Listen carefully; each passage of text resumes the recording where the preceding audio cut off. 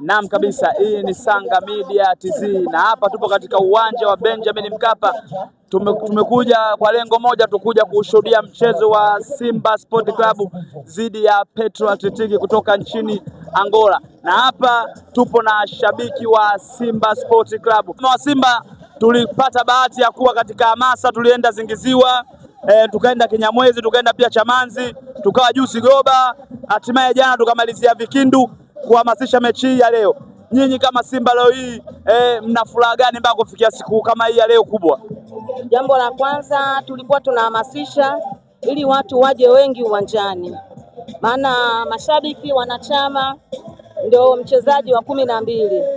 Kwa hiyo tulikuwa tunafanya hamasa kwa ajili hiyo, ili kwa ajili ya kuja kuwapushi vijana wetu, ili wanapoingia tunapokuwa tunawashangilia, ili waweze kuwa na morali, ili waweze kufunga magoli yaliyo mengi. Na mpaka sasa ninaamini, kwa sababu tulifanya ile hamasa, hatukufanya kwa sala, bali tulifanya kwa ajili ya kusudi, kwa ajili ya wale wanachama na mashabiki na kila yote ambayo ni mwanasoka aje uwanjani. Na imani wapo mpaka dakika hii, kama mnavyoniona mpaka dakika mimi mwenyewe wana hamasa, nimeishafika uwanjani. Simba Sport katika hizo tour tunazotembea na nyinyi, kila sehemu mmekuwa mkipokelewa kwa hali ya juu zaidi, na wengi wakiahidi tarehe hii ya leo 23 watajitokeza katika uwanja wa Benjamin Mkapa kuja kuisupport timu yenu ya Simba siku ya leo, ili kuondoka na alama 3 muhimu mbele ya Petro de Luanda.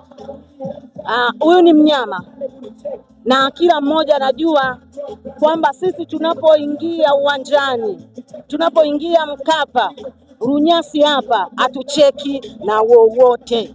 Huwa sisi ni mnuno, tunanuna, tunakuja kwa ajili ya kumaliza, kwa ajili ya kufanya kazi moja tu, kwa ajili ya kuja kuchinja. Ndio maana wanajua sisi hatuna mbambamba.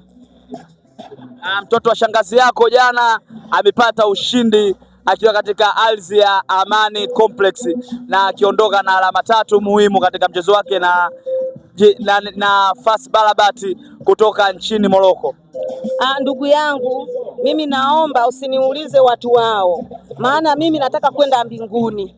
Wale mwisho wa siku mbinguni hawafiki. Wale ni wanyang'anyi, wale ni wazurumati, na wanaenda kwa kupitia nyota za wenzao. Umeshanielewa? Lakini walimdhulumu mtu, kafunga goli lake vizuri, tena lilikuwa ni la kurusha, likapigwa kichwa likaingia, lakini walidhulumu, wakasema kwamba sio goli.